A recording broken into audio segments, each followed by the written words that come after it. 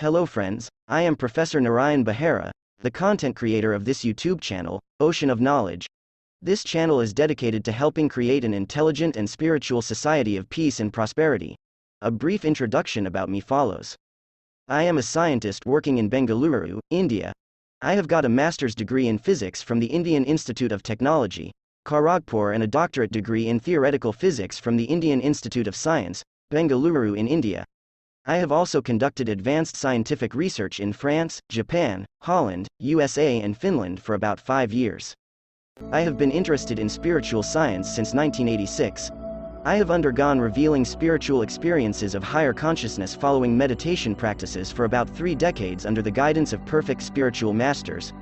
I experience perpetual bliss, a higher level of intuition and spiritual insights into the mysteries of life. There are appropriate spiritual solutions to all human problems. Spiritual culture can take humanity to the next level of true civilization. I am on a spiritual mission to transform society. In this channel, I plan to upload several videos every week mainly on spiritual and motivational topics pertaining to success, peace, higher concentration, enhanced intuition, higher levels of consciousness, better interpersonal relationship, and wealth creation, among others. I will also focus on topics in modern science, Western philosophy, various types of spiritual philosophy, life after death in astral planes, and world history that will help creating an intelligent civilization. Let's move to the present topic, gaining access to your superpower and higher intelligence. Many spiritual ideas can be better understood through stories. A story about Robert follows. He was a CEO in a top electronics company in America. He was a graduate of the Harvard Business School. He was fired from his job after his company incurred billions of dollar losses. Most of his fortune also disappeared as the company's shares plummeted. He became restless. He spent a lot of time brooding over the past mistakes. He experienced very low esteem. He couldn't tolerate the sharp criticism of his colleagues. They made fun of him. He used to fantasize about his future financial disaster. He was fearful of facing the future. He could never work even 1 hour in the whole day. He used to think one thing and then change direction and do another thing. His mind became his worst enemy. His mind was full of fear, anger, and anxiety. He procrastinated almost all his work. He used to sit in a place and get lost in nightmarish visions. He feared imminent heart attack and stroke. He was often seen talking to himself and shouting at others. His case was hopeless. All antidepressant medicines had virtually no effect on him. Finally, a psychiatrist advised him to meet a Buddhist monk in India. He came to the Himalayas. He met the head monk in an open field belonging to an ashram. He described all his problems with folded hands. The monk advised him just to remain alone in a room without talking to anyone. He could eat in a mess alone. He was asked just to observe his breath as he inhales and exhales. He was not allowed to think about anything else. He must keep his eyes closed. The monk assured that most of his problems would disappear after a period of 2 weeks. The monk further explained that 95% of problems one faces in life are due to negative thoughts. So one's mind is the real culprit. The purpose was to reduce the thought traffic gradually. As a result, the mind would be empty of thoughts most of the time. Robert was glad that the practice was very easy. He thanked the monk and went away. After 1 day he came back to the monk. He expressed his anguish. He was not able to concentrate on his breathing. As soon as he closed his eyes, hundreds of negative thoughts used to disturb him. His mind was more restless than a monkey. It was behaving like a mad elephant. It was an impossible task to further carry on the spiritual practice. The monk smiled and recommended to carry on with the practice with open eyes. He should focus only on breathing as much as possible. After 3 days, Robert again came back and expressed his inability to stay without talking. During these days his concentration had somehow improved. The monk smiled again, but he strictly asked him not to talk at least for the next 4 days. The monk was expecting to see Robert, but he didn't come even after a week. He sent a disciple to check on him. He found Robert sitting with closed eyes. The monk was very happy to know this. Finally, Robert came to meet him after a month. Now he was a changed person and peaceful. His face showed deep tranquility. I had never expected that this simple method of watching the flow of breathing could bring so much peace, said Robert in amazement. My mind is nearly empty of thoughts. Why is the awareness of breathing so important? The monk answered with a smile, yours breathe is the vital component of your life. If you regulate breathing, thoughts will be controlled. You can enhance the quality of your life by controlling your breath. A normal human being breathes 12 to 15 times in a minute and lives for about 70 years.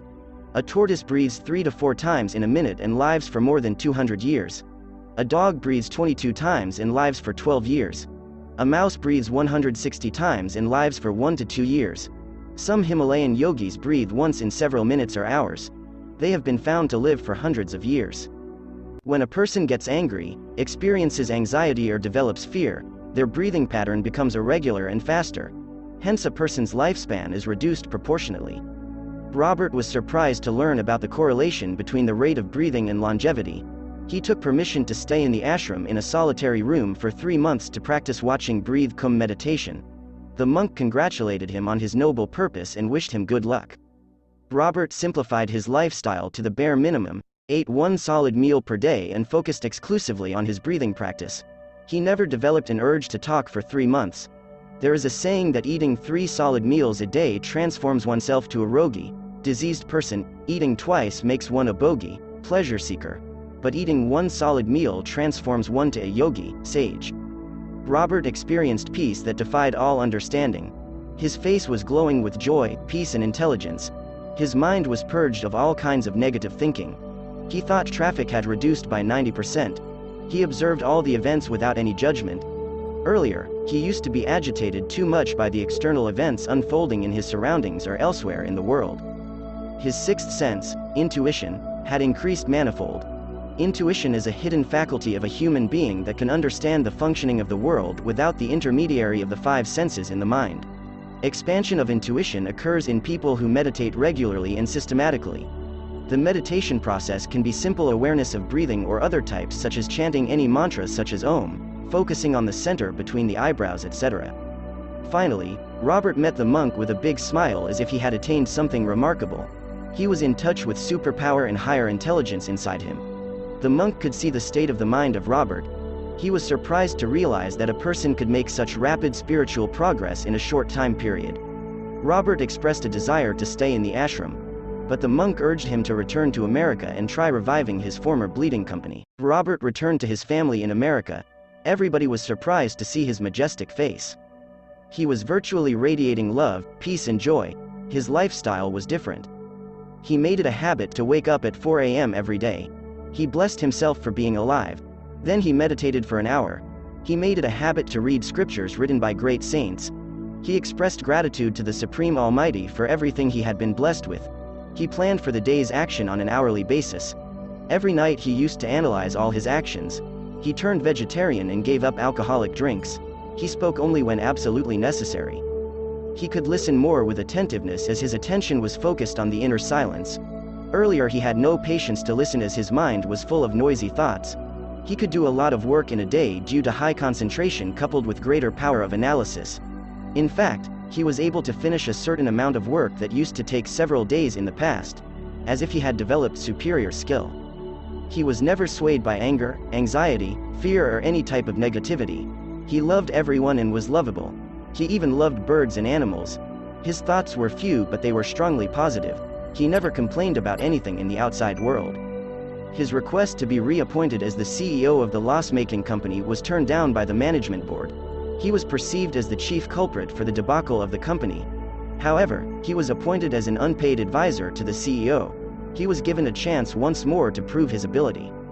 He could easily understand the complex patterns of money flow to and from the company. He scanned through all the deals.